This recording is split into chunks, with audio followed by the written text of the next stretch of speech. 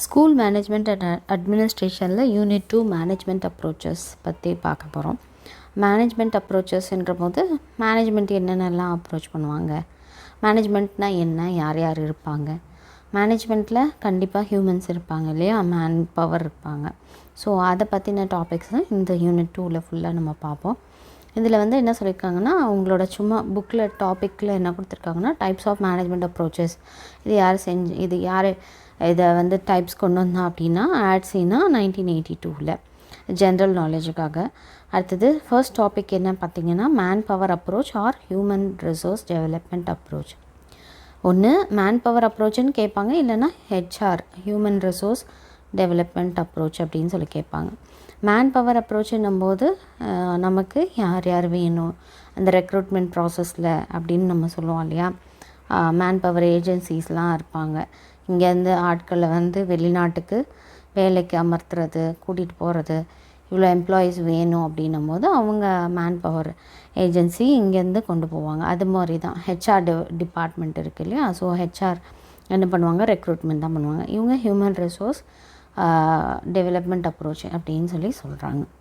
The man power approach deals with human resource development.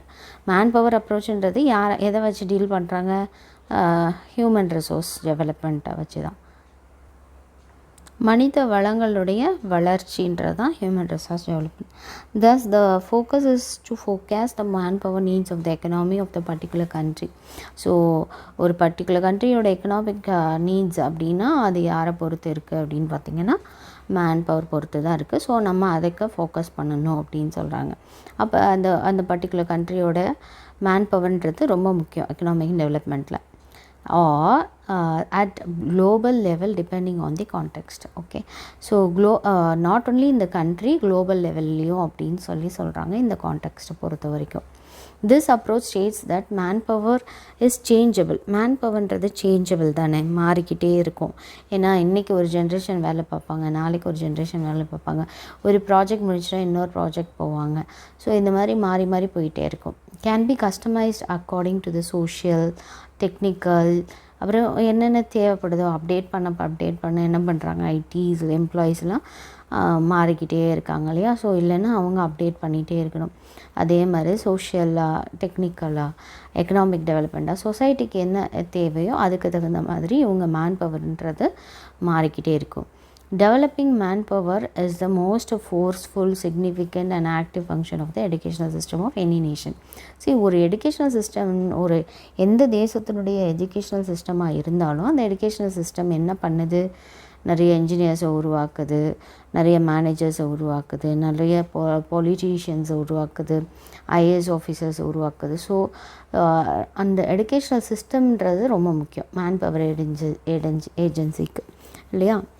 So ஒரு man power develop பண்ணணுன்னா அதை என்ன வேணும் அப்படின்னா எஜுகேஷ்னல் சிஸ்டம் ஒரு நேஷனில் நல்லா இருந்தால் மட்டும்தான் அவங்க நல்லா கண்ட்ரியை டெவலப் பண்ண முடியும். Thus in this method the general demand for and capacity to supply human resources in different streams of and different levels of the educational sector are estimated. So இந்த மெத்தடில் என்ன பண்ணியிருக்காங்கன்னா, எவ்வளோ டிமாண்ட் நமக்கு இருக்குது, எவ்வளோ ஹியூமன் ரிசோர்ஸ் நம்ம supply பண்ணோம், அதுவும் டிஃப்ரெண்ட் ஸ்ட்ரீம்ஸில். ஓகே, ஸோ டிஃப்ரெண்ட் டிபார்ட்மெண்ட்ஸ் இருக்குது இல்லையா, அந்த மாதிரி different levels of educational sector estimate பண்ணியிருக்காங்க அப்படின்னு சொல்லியிருக்காங்க. இதில் The application of the manpower planning approach depends on the following factors. So எப்படி இதை அப்ளை பண்ணுறது இந்த மேன்பவர் பிளானிங் அப்படிங்கிறதுக்கு நிறைய ஃபேக்டர்ஸ் இருக்குது. அது என்னென்ன அப்படின்னு பார்த்தீங்கன்னா, first an appraisal and analysis of existing employment. அதாவது மதிப்பீடு பண்ணுறது. நம்ம ஒரு இதை பண்ணுறோன்னா எதுக்கு இந்த மாதிரி இருக்கும் அப்படின்ற மதிப்பீடும் பகுப்பாய்வு அப்படின்னு சொல்கிறாங்க. ஆய்வு பண்ணுறது, எக்ஸிஸ்டிங் எம்ப்ளாய்மெண்ட் எப்படி இருக்குது அப்படிங்கிறத நம்ம ஃபஸ்ட்டே இதை மதிப்பீடு பண்ணணும் அப்படின்னு சொல்கிறாங்க, பகுப்பாய்வு பண்ணணும். Planning the system of education, அதாவது சிஸ்டம் ஆஃப் எடுகேஷன் நம்ம பிளான் பண்ணணும். ஓகே, எந்த மாதிரி நம்ம கொண்டு போகணும் அப்படிங்கிறத. Man power needs of the economy. So எக்கனாமிக்கு எந்த மாதிரியான மேன் பவர் தேவையோ அதுக்கு தகுந்த மாதிரி நம்ம ஒரு பிளானிங் பண்ணணும் எடுகேஷன் சிஸ்டமில் அப்படின்னு சொல்கிறாங்க. நெக்ஸ்ட் பாயிண்ட் என்ன சொல்கிறாங்கன்னா, using the financial resources in an optimum way so as to fulfil the demands of the employment sector. அது மாதிரி நமக்கு என்ன மாதிரியான ஃபினான்ஷியல் சிஸ்டம்ஸ் இருக்குது, ரிசோர்ஸஸ் இருக்குது, இவங்களுக்கு வந்து நம்ம ரிட்டையர்ட் ஆனால் பென்ஷன் கொடுக்க முடியுமா, எவ்வளோ நம்ம வந்து சேல்ரி கொடுக்க முடியும், ஸோ எம்ப்ளாய்மெண்ட் அவங்களுடைய டிமாண்ட்ஸ் எல்லாத்தையும் ஃபுல்ஃபில் பண்ணுற மாதிரி நமக்கு ஃபினான்ஷியல் ரிசோர்ஸஸ் இருக்கணும். Making an appraisal of the number of students enrolled, the number of existing teachers or their qualifications, enrollment in teacher education institution as well as buildings, school பில்டிங்ஸாக இருக்கட்டும், எக்யூப்மெண்ட்டாக இருக்கட்டும், இன்ஃப்ராஸ்ட்ரக்சராக இருக்கட்டும், அதர் ஃபெசிலிட்டிஸாக இது எல்லாத்தையுமே நம்ம என்ன பண்ணணும், மதிப்பீடு செய்யணும். எவ்வளோ நம்பர் ஆஃப் ஸ்டூடெண்ட்ஸ் என்ரோல் பண்ணியிருக்காங்க, நமக்கு ஸ்டூடெண்ட்ஸ் வந்து அட்மிஷன் போட்டிருக்காங்க, இது மாதிரி எவ்வளோ டீச்சர்ஸ் இருக்காங்க, எவ்வளோ டீச்சர்ஸ் குவாலிஃபைட் டீச்சர்ஸாக இருக்காங்க, வெல் குவாலிஃபைட் டீச்சர்ஸாக இருக்காங்க, enrolment in teacher education institutions அதை நம்ம படிக்கிறோம் இல்லையா, பிஎட் படிக்கிறீங்க இல்லையா, ஸோ அதில் எத்தனை பேர் என்ரோல் பண்ணியிருக்காங்க, ஆஸ் வெல் அஸ் இது மாத்திரம் இல்லை, இது ஹெச்ஆர் இல்லையா, ஹியூமன் ரிசோர்ஸ், இது மாத்திரம் இல்லை, பில்டிங் மெட்டீரியல்ஸ் என்ன, பில்டிங் எப்படி இருக்குது, எக்யூப்மெண்ட் எப்படி இருக்குது, இன்ஃப்ராஸ்ட்ரக்சர், இது எல்லாமே நம்ம ஃபெசிலிட்டிஸ் இது எல்லாமே நம்ம பிளான் பண்ணிக்கணும். The requirements of the employees regarding occupational and or professional qualifications for employees, their levels of training and ability should also be assessed. So நீங்கள் வந்து ஒரு எம்ப்ளாயியை வந்து ரெக்ரூட் பண்ணுறீங்க அப்படின்னா அந்த எம்ப்ளாயி எப்படி இருக்கணும்னா வெல் ப்ரொஃபஷ்னல், வெல் எக்விப்டு டீச்சர்ஸாக இருக்கணும், ஓகே, ட்ரெயின்டு டீச்சர்ஸாக இருக்கணும் அப்படின்னு சொல்கிறாங்க. ஒரு ஆக்குபேஷனுக்கு போகிறாங்க, இல்லை ஒரு ப்ரொஃபஷ்னல் குவாலிஃபிகேஷன்ஸ் இருக்கா, அவங்களுக்கு அவங்களோட ட்ரைனிங் எப்படி இருக்குது, அவங்களோட எபிலிட்டி எப்படி இருக்குது, இது எல்லாத்தையும் நம்ம அசஸ் பண்ணணும் அப்படின்னு சொல்கிறாங்க. அசஸ்மெண்ட் ஃபார் லேர்னிங்கில் என்ன நம்ம பார்த்தோம், ஒரு ஸ்டூடெண்ட் அசஸ் பண்ணணுன்னா அவங்களுக்கு என்னென்ன இதெல்லாம் இருக்கா நம்ம பார்க்குறோம் இல்லையா, பேப்பர் கரெக்ட் பண்ணுறோம். ஸோ அதே மாதிரி ஒரு டீச்சருக்கு என்னென்ன குவாலிட்டிஸ்லாம் இருக்கா, லவுடராக சொல்லித்தராங்களா, மீனிங்ஃபுல்லாக சொல்லித்தராங்களா, இது எல்லாத்தையும் நம்ம பார்ப்போம். Next, the manpower planning approach takes note of the fact that the teaching profession requires approximately 60% of the highly qualified human resources of a country when compared to other economic sectors. Teaching professionக்கு என்ன தேவைன்னா at least 60% வந்து highly qualified HR வேணும். அதாவது human ரிசோர்ஸ்னால் டீச்சர்ஸோ இல்லை ஆஃபீஸில் work பண்ணுறவங்களோ இல்லை core ஸ்டாஃப்ஸோ practical டீச்சர்ஸோ யாராக இருந்தாலும் 60% வந்து கண்டிப்பாக எப்படி இருக்கணும், ஹைலி குவாலிஃபைடாக இருக்கணும். And compared to other economic sectors other economic செக்டரை விட கம்பேர் பண்ணுற போது இதில் வந்து கண்டிப்பாக ஹைலி குவாலிஃபைட் டீச்சர்ஸ் வந்து இருக்கணும் அப்படின்னு சொல்கிறாங்க. A detailed projection of the demand for human resources is difficult due to the uncertainty of productivity trends. Okay, detailed ப்ரொஜெக்ஷன்றது வந்து நம்மளால் கொடுக்க முடியாது ஹியூமன் ரிசோர்ஸை பொறுத்த வரைக்கும். அதோட டிமாண்ட் வந்து is difficult to the due to uncertainty என்ன நடக்கும், எப்படி இது போகுன்றது தெரியாதனால நமக்கு அந்த ஹியூமன் ரிசோர்ஸ் பற்றி நம்ம சொல்ல முடியாது. இதில் என்னென்ன அட்வான்டேஜஸ் இருக்குது அப்படின்னு பார்த்தீங்கன்னா, மேன் பவர் அப்ரோச்ன்றது could usefully call attention to extreme gaps and imbalances in the education output pattern that need remedy. This does not need elaborate, okay, so elaborateாக தேவையில்லை, பட் எலாபரேட் ஸ்டாட்டிஸ்டிக்கல் ஸ்டடீஸ் வந்து இதுக்கு தேவையில்லை. But என்ன சொல்கிறாங்க அப்படின்னா, இது என்ன அட்வான்டேஜ்னால் மேன் பவர் அப்ரோச்சுங்கிறது எல்லாத்துக்குமே வந்து எக்ஸ்ட்ரீம் கேப்ஸாக இருக்கலாம், இல்லை இம்பேலன்சஸ் எஜுகேஷனில் இந்த மாதிரி இருக்கும்போது அதுக்கு எல்லாத்துக்கும் ரெமெடி கொடுக்கறதுக்கு இது ஒரு அட்வான்டேஜ் அப்படின்னு சொல்கிறாங்க. It gives educators useful guidance on how roughly educational qualifications of the labor force to be developed in the future. So ஒரு யாராக இருந்தாலும் சரி, அவங்க சில ஆட்லெல்லாம் காமிப்பாங்கள்ல, வீடு கூட்டிகிட்டு இருப்பாங்க, அவங்க இங்கிலீஷில் பேசுவாங்க ஃப்ளூவெண்ட்டாக. ஸோ யாராக இருந்தாலும் சரி எல்லாருக்குமே நல்ல குவாலிஃபிகேஷன் கிடைக்கிறதுக்கு இது ஒரு நல்ல ஒரு இது அப்படின்னு சொல்கிறாங்க. Gives educators useful guidance on how ரஃப்லி எஜுகேஷ்னல் எஜுகேஷ்னல் குவாலிஃபிகேஷன்றது ஒரு லேபர் அப்படின்னா அவங்களுக்கு எப்படிலாம் இருக்கணும் ஃப்யூச்சரில் அப்படிங்கிறத கொண்டு போகணும். அது ஒரு advantage. The unemployment and the underemployment which may result from some overemphasis on manpower approach may become a challenge to move towards the right kind of education, which may be development oriented and thereby creating its own job. So இப்போ நீங்கள் வந்து அன்எம்ப்ளாய்மெண்ட்டே இருக்காங்க, வேலை இல்லாதவங்க இருக்காங்க, under எம்ப்ளாய்மெண்ட்டில் இருக்கிறவங்களும் இருக்காங்க. இவங்க எல்லாத்துக்கும் பார்த்திங்கன்னா மேன் பவர் அப்ரோச்சுங்கிறது ரொம்ப சேலஞ்சிங்காக தான் இருக்கும். அப்படி இருக்கும்போது நம்ம என்ன பண்ணிக்கலாம் அப்படின்னா நம்மளே ஓன் ஜாபை க்ரியேட் பண்ண முடியும் எடுகேஷன் யூஸ் பண்ணி அப்படின்னு சொல்கிறாங்க. இதுலேயும் லிமிட்டேஷன்ஸ் இருக்குது. என்ன லிமிட்டேஷன்ஸ் பார்த்திங்கன்னா, it gives educational planar a limited guidance in the sense that it does not tell what can be actually achieved in every level of education. See, every level of educationலையும் என்ன achieve பண்ணாங்க அப்படிங்கிறது இங்கே ஒரு பெரிய question மார்க்காக இருக்குது. Primary எஜுகேஷனில் என்ன achieve பண்ணுறாங்க, இந்த குழந்தைங்க படித்ததில் என்ன லேர்ன் பண்ணிக்கிறாங்க அப்படிங்கிறது ஒரு கொஸ்டின் மார்க்காக. செகண்டரி எஜுகேஷனில் இவங்களோட லேர்னிங் அச்சீவ்மெண்ட் என்ன, இவங்களுக்கு என்னன்றது ரொம்ப லிமிட்டடாக தான் இருக்குது அப்படிங்கிறது தான் இவங்களோட இது. This approach says nothing about primary education which is not considered to be work connected. So primary எடுகேஷனை பற்றி இந்த அப்ரோச் வந்து சொல்லவே இல்லை. அப்படி இருக்கும்போது இது வந்து நாட் கன்சிடர்டுன்ட்டு சொல்கிறாங்க. ஓகே, ஸோ ப்ரைமரி எடுகேஷனை கன்சிடரே பண்ணாதபோது அந்த அப்ரோச்சில் நல்லது இல்லை அப்படின்னு. By implication man power approach suggest the carving of the expansion of primary education until the nation is rich enough to expand it. Hence, attention is focused on the cream of education that will contribute to manpower and development in the society. So இதை வச்சு என்ன சொல்கிறாங்க அப்படின்னா, இப்போ நீங்கள் பார்த்தீங்கன்னா primary school முடித்தா ஒரு எக்ஸாமு 2 வருஷத்துக்கு ஒரு தடவை ஆனுவல் எக்ஸாம், பப்ளிக் எக்ஸாம் அப்படின்னு சொல்லி இப்போ கொண்டு வராங்க பாருங்கள். ஸோ அந்த மாதிரிலாம் இப்போ நடக்குது. இதெல்லாம் வச்சு தான், இந்த டிஸ்அட்வான்டேஜஸ்லாம் வச்சு தான். Most man power needs are mostly needed in the urban employment. Urban எம்ப்ளாய்மெண்ட்டில் தானே நமக்கு தேவை, அதாவது சிட்டிஸில் தானே நமக்கு என்ன தேவை, மேன் பவர் நீட்ஸ் வந்து ரொம்ப தேவைப்படுது. ஸோ பிளானர் என்ன பண்ணுறாங்க, maybe call to plan is not given any useful classes about education requirements. அப்போ நல்ல செமி ஸ்கில்டு பர்சனாக இருக்கலாம், பீப்புள் லைக் அன்ஸ்கில்டு ஒர்க்கர்ஸாக இருக்கலாம் இந்த cities, and vast majority of workers that live in rural ஏரியாஸில் இருக்கிறவங்க இவங்களுக்கெல்லாம் போய் சேராது அப்படிங்கிறது தான், அவங்கள கன்சிடர் பண்ண மாட்டாங்கன்றது ஒரு லிமிட்டேஷன்.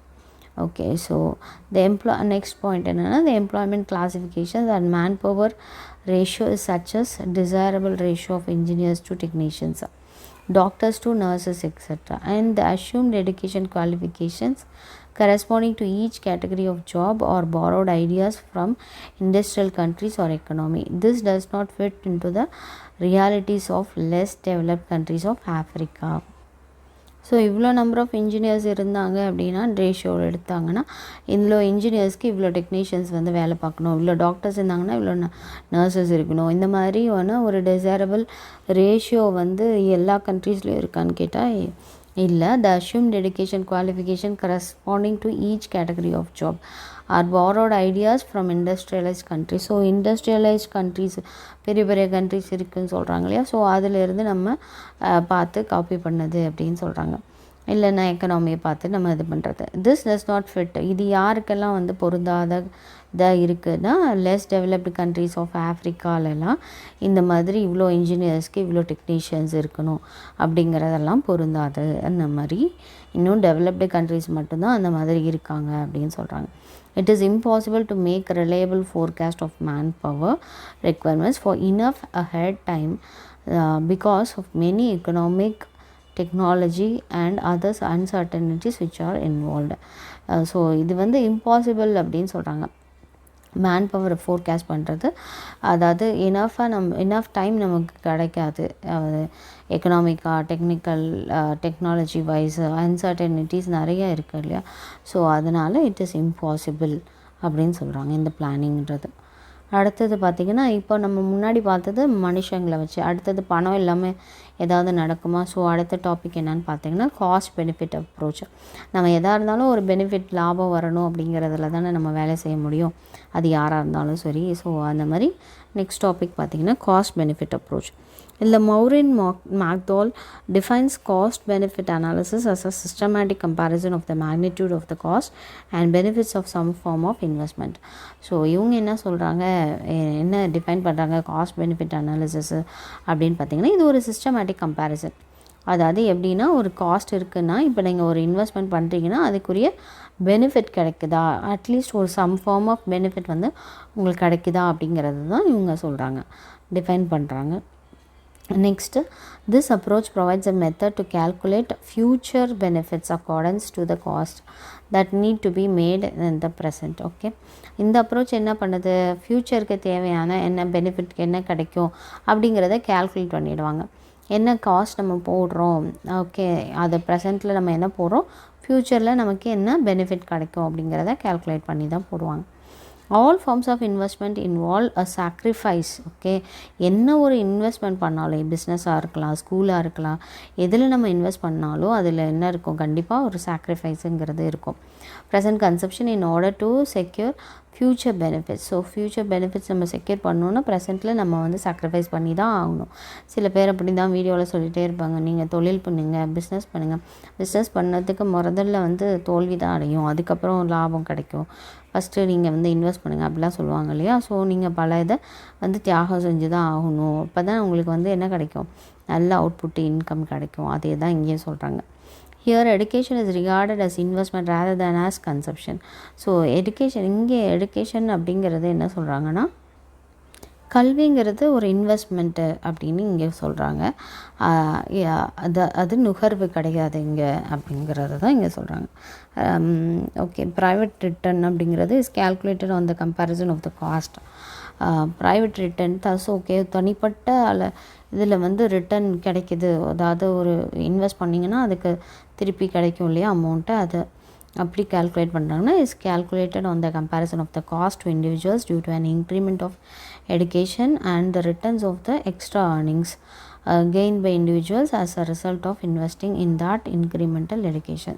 ஸோ இந்த ப்ரைவேட் எடுகேஷன் இதில் என்ன பண்ணுறாங்க, ப்ரைவேட் ரிட்டர்னில் அப்படிங்கிற எதை கம்பேர் பண்ணுறாங்கன்னா காஸ்ட் டு இண்டிவிஜுவல்ஸ். ஓகே, இண்டிவிஜுவலுடைய காஸ்ட் என்ன, அவங்களுக்கு கிடைக்கிற ரிட்டர்ன் என்ன, அதாவது பெனிஃபிட் என்ன அப்படிங்கிறதான், இன்க்ரிமெண்ட் கிடைக்குதா, அண்ட் ரிட்டர்ன் எக்ஸ்ட்ரா ஏர்னிங்ஸ் ஏதாவது கிடைக்குதா ரிட்டர்னில் ஒரு இண்டிவிஜுவல்ஸ்னால். அப்படி இருக்கும்போது அதையும் என்ன பண்ணுறாங்க, எடுகேஷனுக்கே அவங்க இன்வெஸ்ட் பண்ணுறாங்க.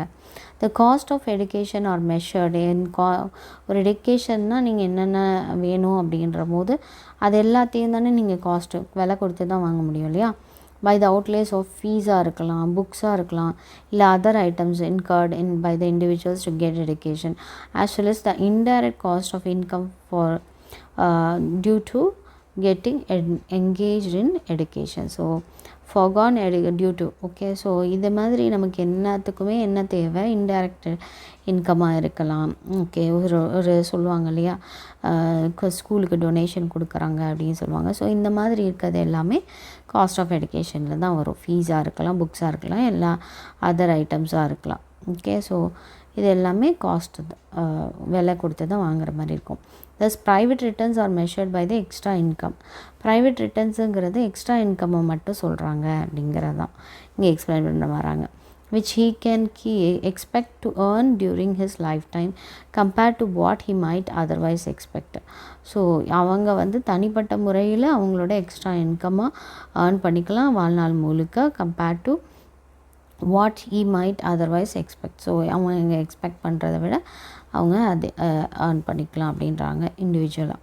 சோஷியல் ரிட்டர்ன் கேல்குலேஷன் அது ப்ரைவேட்டு, ஓகே, தனிப்பட்ட முறையில் இண்டிவிஜுவல்.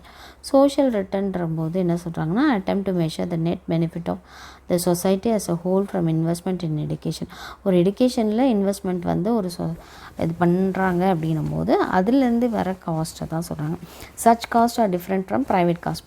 ப்ரைவேட் காஸ்ட்டை விட இது டிஃப்ரெண்ட்டாக இருக்கும். Because education is largely if not wholly financed by the state. அதாவது 75% வந்து சென்ட்ரல் கவர்மெண்ட் கொடுக்குது, 25% வந்து ஸ்டேட் கவர்மெண்ட் கொடுக்குது, இந்த மாதிரிலாம் சொல்லுவாங்க இல்லையா. ஸோ அந்த மாதிரி இவங்க சொல்கிறாங்க சொசைட்டல் சோஷியல் ரிட்டர்ன் கேல்குலேஷன்ஸ்ன்னு சொல்கிறது. காஸ்ட் பெனிஃபிட் அனாலிசிஸ்ன்றது இது ஒரு method of assuring economic values என்ன இருக்கும் of public expenditure project. So public expenditure ப்ராஜெக்டில் உங்களோட எக்கனாமிக் வேல்யூஸ் என்ன இருக்கும் அப்படிங்கிறத சொல்கிறது தான். Education confers benefits to society in various ways like raising productivity. இப்போ நீங்கள் ஒரு இதுன்னா ஒரு வியாபாரம் பண்ணுறீங்கன்னா அதில் ப்ரொடக்டிவிட்டி அதிகமாக இருக்கா, அப்படிங்கிறத தான் பார்ப்பீங்க இல்லையா. ஸோ அதை அதிகரிக்கணும். இனிஷியேட்டிங் டெக்னிக்கல் சேஞ்ச், ஒரு டெக்னிக்கல் சேஞ்ச் வேணுமா, அதை நீங்கள் மாற்றணும். இப்போ வந்து ஆட்டோமேட்டிக் எல்லாமே வந்து ஃபிங்கர் பிரிண்ட்டில் அட்டெண்டன்ஸ் எடுக்கிறாங்க, ஆட்டோமேட்டிக்காக பேரண்ட்ஸ்க்கு போகுது இன்ஃபர்மேஷன்.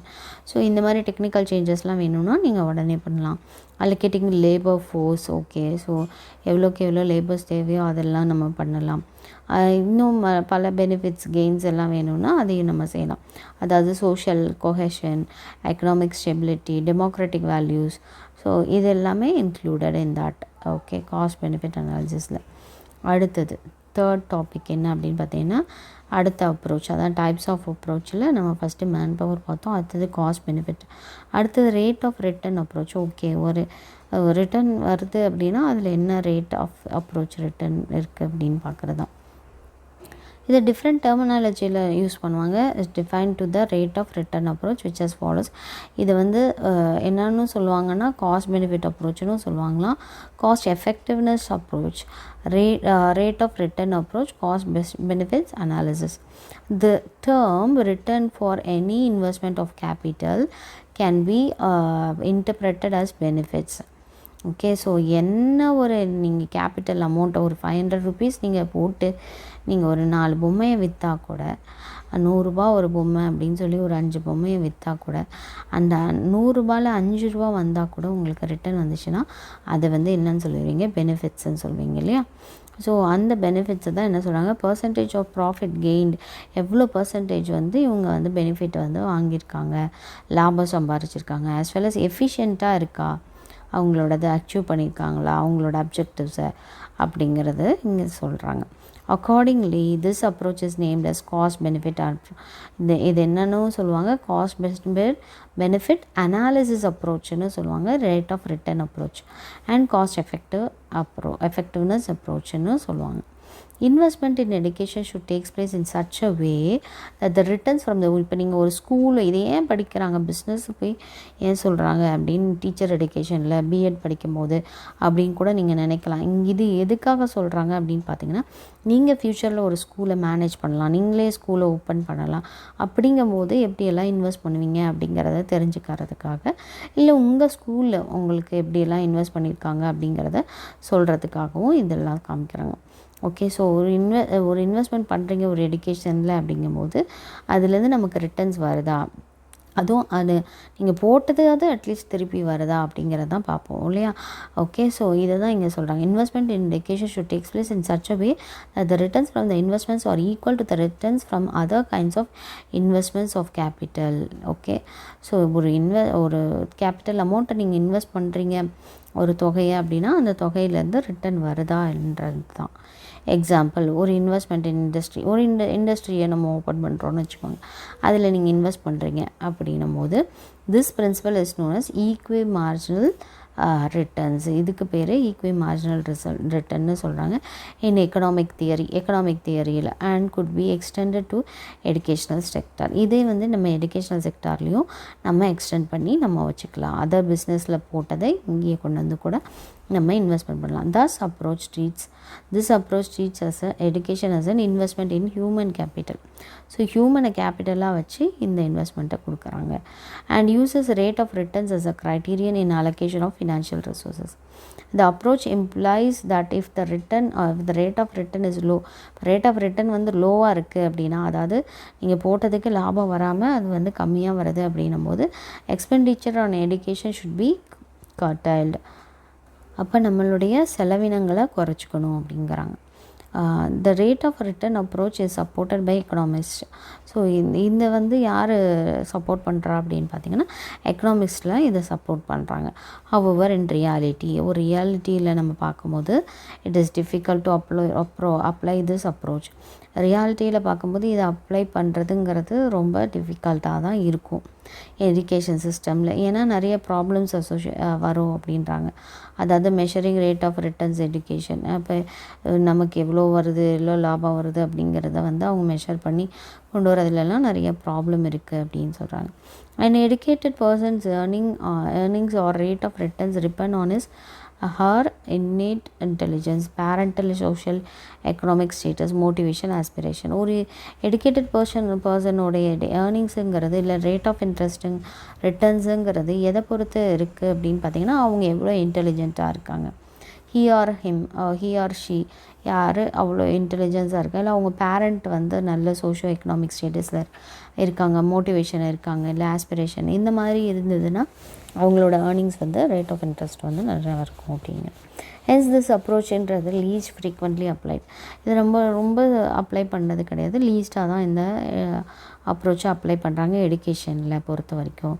அட்வான்டேஜ் என்னென்னு பார்த்தீங்கன்னா, it is possible to measure or quantify the increase in productivity. நம்ம வந்து ஒரு ப்ரொடக்டிவிட்டி இன்க்ரீஸ் பண்ணணும், லாபத்தை நம்ம வந்து கொண்டு வரணும் அப்படிங்கிறது தான் of an educated persons using this approach by looking at the age earning structure of the education person. அடுத்தது என்ன அட்வான்டேஜ்னு பார்த்தீங்கன்னா, it shows the connection between cost of gain.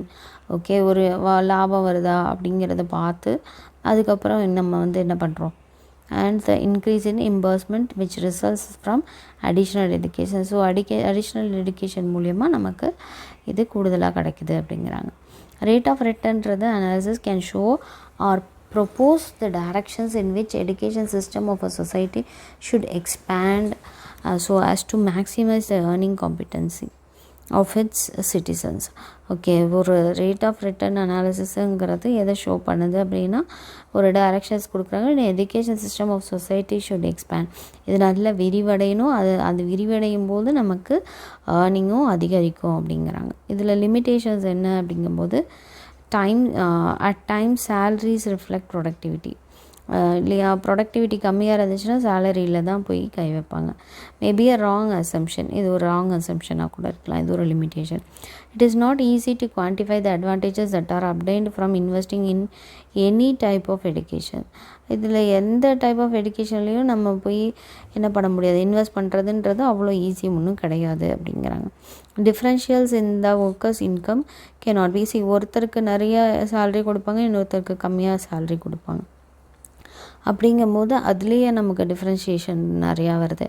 It can be attributed to other aspects like family பேக்ரவுண்டாக இருக்கலாம், habits so on எல்லாத்தையும் பொறுத்து அவங்க கொடுக்கும்போது அது வந்து பாதிக்கப்படும். இது ஒரு disadvantage. Some studies are of the view that primary education provides the highest return of the society. சில இதில் சொல்கிறாங்க, சில ஸ்டடீஸில் என்னென்னா ப்ரைமரி எஜுகேஷன் எல்கேஜி யூகேஜி இந்த மாதிரி இருக்கிற ஸ்கூல் கிளாஸஸில் தான் நிறையா வந்து நமக்கு ரிட்டர்ன் கிடைக்கிது, அதனால் நம்ம வந்து கிண்டர் கார்டன் வைக்கலாம் அப்படின்னு சொல்லிட்டு அவங்க சோஷியல் ரிட்டர்னுக்காக அதை வைக்கிறாங்க. ஹவவர் ஆனால் இது வந்து does not agree to the same. இந்த அப்ரோச் வந்து அதை என்கரேஜ் பண்ணல, அதை வந்து அக்ரி பண்ணல. Certain complexities are present in this type. இதுலேயும் நிறைய காம்ப்ளெக்சிட்டிஸ் இருந்து நமக்கு இருக்குது அப்படின்னு சொல்கிறாங்க இந்த டைப்லேயும். Planning as it needs to clarify and work out the educational investment that needs to be made and its corresponding return in the form of benefits that are gained by the individual and the society as a whole. So ஒரு as a whole நமக்கு வந்து இதில் லாபம் இண்டிவிஜுவலாகவும் சொசைட்டிக்கலாகவும் அது வந்து returns வந்து கிடைக்கிறது வந்து ஒரு காம்ப்ளெக்ஸான ஒரு விஷயம் அப்படின்னு சொல்கிறாங்க. அடுத்தது டாபிக் வந்து பார்த்திங்கன்னா சோஷியல் ஜஸ்டிஸ் அப்ரோச். அடுத்தது social justice approach. Okay, this approach is also known as, இது என்ன இந்த அப்ரோச்சுக்கு பேர் அப்படின்னு பார்த்தீங்கன்னா சோஷியல் பிளானிங், இல்லைன்னா பிளானிங் ஃபார் சோஷியல் டெவலப்மெண்ட். அதாவது சமுதாயத்துக்காக நம்ம பிளான் பண்ணுறது, சமுதாய வளர்ச்சிக்காக நம்ம பிளான் பண்ணுறது அப்படின்னும் சொல்லலாமா. This approach holds on education system of a country. ஒரு கண்ட்ரியினுடைய எஜுகேஷன் சிஸ்டம் இது சொல்லுது. Can be shaped according to the social, அதாவது சோஷியல் நேஷ்னல் கோல்ஸுக்கு பொறுத்து இந்தியாவோட கோல் என்ன, அடுத்த 5 ஆண்டு திட்டம் என்ன, அடுத்த 10 ஆண்டு திட்டம் என்ன, அது சமுதாயத்தை நோக்கியும் தேசத்தை நோக்கியும் இருக்கிற கொள்கைகளை நோக்கி நம்மளுடைய எஜுகேஷன் சிஸ்டம் வந்து இருக்கணும் அப்படிங்கிறாங்க. நேஷ்னல் பாலிசிஸ்லாம் நம்ம படிக்கிறோம் இல்லையா, NPE national policy on education அப்படின்லாம் படிக்கிறோம் இல்லையா. ஸோ என்பிஇ அந்த constitution of nation broadly describe these goals under social development. இதில் வந்து நம்மளுடைய கோல்ஸ் எல்லாம் இருக்குது. ஓகே, என்ன கோல்ஸ், என்ன சமுதாயத்தை வளர்ச்சிக்கு ஆன தேவைகள், இது எல்லாமே நமக்கு இருக்குது. Many of the goals largely depends on education. நிறைய இலக்குகள் எதை நோக்கி இருக்குது அப்படின்னு பார்த்திங்கன்னா கல்வியை நோக்கி தான் இருக்குது. ஸோ அதனால் நம்ம ஹென்ஸ் இட் பிகம்ஸ் எசென்ஷியல், நமக்கு இது அடிப்படையான தேவை. எஜுகேஷன் சிஸ்டமில் should contribute to the achievement of these goals. So ஒரு சமுதாய வளர்ச்சிக்கு நம்ம என்ன பண்ணணும், நம்மளுடைய நேஷனுடைய பாலிசிக்கு தகுந்த மாதிரி, கோல்ஸ்க்கு தகுந்த மாதிரி நம்ம வந்து அச்சீவ் பண்ணணும். Hence, educational planning inevitably takes these expected goals of social development into consideration to be achieved through education. So இதை நம்ம எப்படி கொண்டு வந்து நம்ம வந்து அச்சீவ் பண்ண முடியும் அப்படின்னு பார்த்திங்கன்னா, நம்மளுடைய சமுதாய வளர்ச்சியை, நம்மளுடைய குறிக்கோள்களை, நம்மளுடைய கோல்ஸை வந்து எதன் மூலியமாக அச்சீவ் பண்ண முடியும்னா எஜுகேஷ்னல் பிளானிங். நம்ம கல்வி எப்படி குழந்தைங்களுக்கு கொடுக்க முடியும், எப்படி நம்ம சமுதாயத்தை முன்னேற்ற முடியும், எப்படி நம்மளுடைய மக்கள் வந்து அவங்கள வந்து டெவலப் பண்ணிக்க முடியுங்கிறது வந்து கல்வியை பொறுத்து தான் இருக்குது. To achieve the goal of social development, social justice has to be achieved first. So ஒரு சமுதாய வளர்ச்சிக்கு எது தேவை அப்படின்னா ஒரு சமூக நீதி தேவை. அது முதல்ல அச்சீவ் பண்ணாவே நம்மளுடைய கோலை நம்ம அச்சீவ் பண்ணுவோம். Making provision for achieving this goal would amount to social justice approach to educational planning. So education பிளானிங்கிறது சோஷியல் ஜஸ்டிஸ் பொறுத்து இருக்கணும். Social justice means providing facilities. Social ஜஸ்டிஸ்ன்னா சமூக நீதி அப்படிங்கிற போது அவங்க வந்து என்ன பண்ணணும், எல்லாருக்கும் வசதிகளையும் வாய்ப்புகளையும் கொடுக்கணும். இந்த மக்களுக்கு மட்டும்தான் வாய்ப்புகள் கொடுக்க முடியும். இந்த மக்கள், அதாவது ஒரு பணக்காரங்களோட பிள்ளைங்க தான் டாக்டர் ஆக முடியும், டாக்டரோட பிள்ளைங்க தான் டாக்டர் ஆக முடியும், இன்ஜினியரோட பிள்ளைங்க தான் இன்ஜினியர் ஆக முடியும் அப்படிங்கிறது இல்லாமல் எல்லாருக்கும் சமமான கல்வி கொடுக்கணும் அப்படிங்கிறது, எல்லாருக்கும் சமமான வாய்ப்புகள் கொடுக்கணும் அப்படிங்கிறதுக்காக தான் இதை சொல்கிறாங்க. அதாவது ஈக்குவல் ஆப்பர்ச்சுனிட்டி அப்படிங்கிறத நம்ம படிச்சுட்டே இருக்கோம். சமச்சீர் கல்வியெல்லாம் நம்ம படிக்கிறோம் இல்லையா, எல்லாருக்கும் ஒரே மாதிரியான கல்வி, எல்லாருக்கும் எல்லாமே போய் சேரணும் அப்படிங்கிறத நம்ம தேசம் வந்து கொண்டு வந்திருக்காங்க இல்லையா. ஆனால் ஃபார் இன்ஸ்டன்ஸ் ஆர்டிக்கல் 45 என்ன சொல்லுது, இந்தியன் கான்ஸ்டிடியூஷனில், இந்தியன் அரசியல் அமைப்பு சட்டம் என்ன சொல்லுது, the state to provide free and compulsory education for all children up to the age of 14. So எல்லாருக்கும் கட்டாய இலவச கல்வி 14 வயசு வரைக்கும் எல்லா குழந்தைங்களும் படிக்கணுங்கிறது தான் நம்மளுடைய சட்டமாக இருக்குது இந்திய அரசியல் அமைப்பு சட்டத்தில். இந்த same purview special provisions for the education of children from economically, socially backward communities would be an attempt to provide justice to this section of this society. So அதே சமயத்தில் இதே மாதிரி என்ன சொல்கிறாங்க அப்படின்னா, எக்கனாமிக்கலி பொருளாதாரத்தில் பின்தங்கி இருக்கிற, சமூகத்தில் பின்தங்கி இருக்கிற சமூகம்னும் போது எஸ்சி எஸ்டி, இதில் வந்து காசு குறைவாக இருக்கிறவங்க, இந்த மாதிரி இருக்கிறவங்க குழந்தைங்க கூட என்ன பண்ணலாம் அப்படின்னா அவங்களுக்கு எல்லா வாய்ப்புகளும் இந்த சமுதாயத்தில் கொடுக்கணும் அப்படிங்கிறது தான், கல்வி கொடுக்கணும் அப்படிங்கிறது தான் அவங்களுடைய இது. தனி சலுகைகள் அவங்களுக்கு கிடைக்கணும். இந்த அடாப்ஷன் ஆஃப் சோஷியல் ஜஸ்டிஸ் அப்ரோச்சுங்கிறது is evidenced by making such considerations at the time of educational plan. So இது எல்லாமே நம்ம கருத்தில் கொண்டு நம்மளுடைய கல்வியை வந்து நம்ம பிளான் பண்ணணும் அப்படிங்கிறது ரொம்ப முக்கியம் அப்படின்னு சொல்லி இந்த டாபிக் சமுதாயத்தை பற்றி சொல்லியிருக்காங்க இந்த அப்ரோச். அடுத்தது இன்னொரு அப்ரோச் என்னன்னு பார்த்தீங்கன்னா, இன்ட்ரா எடுகேஷனல் எக்ஸ்ட்ராபொலேஷன் எக்ஸ்ப்ளோஷன் அப்ரோச் அப்படிங்கிறது, எக்ஸ்ட்ராபொலேஷன் அப்ரோச் அப்படின்னு சொல்கிறாங்க. திஸ் அப்ரோச், இந்த அப்ரோச் என்ன பண்ணுறதாங்க அப்படின்னா, consist of estimating the quantitative implications for the system as a whole. ஒரு குவான்டிடேட்டிவாக என்ன வந்து நம்மளுடைய ஹோலாக நம்ம எஜுகேஷன் சிஸ்டமில் என்ன கொடுக்குறாங்க அப்படிங்கிறது தான் இந்த டாபிக் உடையது. It means setting targets. ஒரு டார்கெட்டை செட் பண்ணுங்கள். ஓகே, உங்களுக்கு ஸ்கூலுக்குன்னே ஒரு கோல் இருக்கும். அதே மாதிரி உங்களோட டிஸ்ட்ரிக்ட்க்கு இந்த மாதிரி கோல்ஸை செட் பண்ணுங்கள். Setting targets. ஓகே, ஸோ இதை நம்ம அடையணும். இப்போ ஒன் பர்டிகுலர் கேரக்டரிஸ்டிக்ஸ்க்கோ ஒரு ஃபீச்சருக்கோ இல்லை aspect of the educational system. So இந்த எஜுகேஷன் சிஸ்டம்க்கு ஒரு டார்கெட் நீங்கள் வந்து என்ன பண்ணுங்கள், வைங்க, ஒரு இலக்கை வைங்க. thus if the target was to achieve universal primary education போது என்ன சொல்கிறாங்க, யூனிவர்சலி எல்லாருக்கும் ஒரே மாதிரியான படிப்பு இருக்கணும் அப்படின்னு சொல்கிறாங்களா. Universal primary education up to certain grade level by certain year. The education planners would extrapolate from the datum the ways in which the supply of teachers, the construction of new buildings இருக்கலாம், ஒரு teachers apply பண்ணுறதா இருக்கலாம், the production of new textbooks produce பண்ணுறதா இருக்கலாம். எல்லாத்துலேயும் ஒரு target பண்ணுங்கள், ஒரு ஷெட்யூல் வச்சுங்க. அதை வந்து நம்ம ரீச் பண்ணணும் அப்படின்னு சொல்கிறாங்க. அதை ரீச் பண்ணுறோமா அப்படிங்கிறதையும் நம்ம செக் பண்ணணும் அப்படிங்கிறதையும் சொல்கிறாங்க.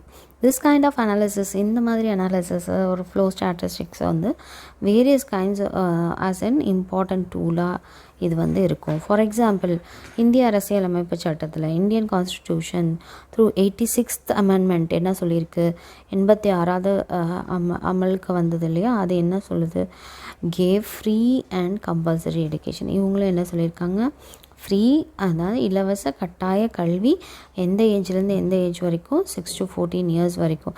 இது ஒரு இலக்கு. அப்படின்னும் போது கட்டாயம் 14 years ஆஃப் சில்ட்ரன் வந்து என்ன படிச்சிருக்கணும், இந்த ஸ்கூலிங்கை கம்ப்ளீட் பண்ணியிருக்கணும், அவங்களுக்கு அதனுடைய அறிவு இருக்கணும். இது ஒரு டார்கெட். அந்த டார்கெட்டை ரீச் பண்ணியிருக்காங்க. To realise this amendment in a time bound manner, that is for achievement of universal UEE, அதாவது universalisation of elementary education, Sarva Shiksha Abhiyan, SSA, இதெல்லாமே லான்ச் பண்ணாங்க நம்மளுடைய government. Okay, Indian government. With the help of such programmes the government aims to start new school. So இந்த மாதிரியான ஒரு scheme எல்லாம் கொண்டு வந்த பிறகு தான் நமக்கு நிறைய புது ஸ்கூல்ஸை ஸ்டார்ட் பண்ண ஆரம்பித்தாங்க.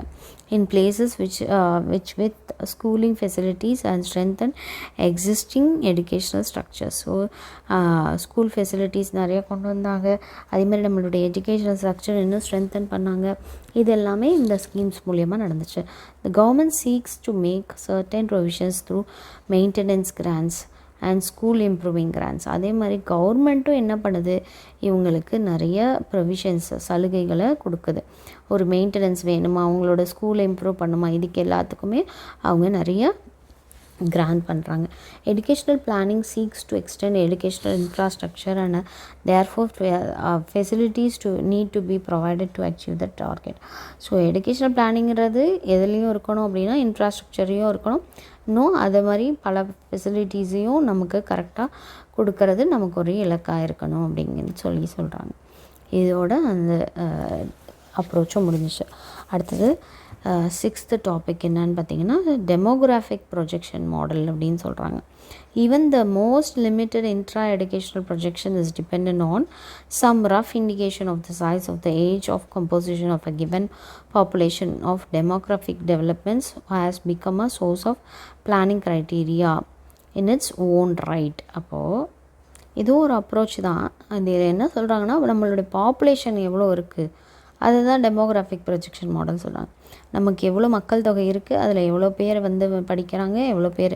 ஸோ அந்த மாதிரி இதில் சொல்கிற போது இங்கே என்ன சொல்கிறாங்கன்னா, கொஞ்சம் பேர் தான். Limited intra educational projection is depended on எதை டிபெண்ட் பண்ணியிருக்காங்கன்னு பார்த்தீங்கன்னா indication of the size of the age composition of a given population. So ஒரு பாப்புலேஷன் கொடுத்துருக்காங்க, ஒரு 10 லட்சம் பேர் வந்து படிக்கிறாங்க 12th அப்படின்னா அந்த பாப்புலேஷனில் இருக்கிறதுக்கு வந்து லிமிட்டடாக தான் நமக்கு வந்து வராங்க அப்படிங்கிறாங்க. Source of planning of criteria in its own right. So அவங்களோட ஓன் ரைட்டை அவங்க பயன்படுத்திக்கிறாங்க.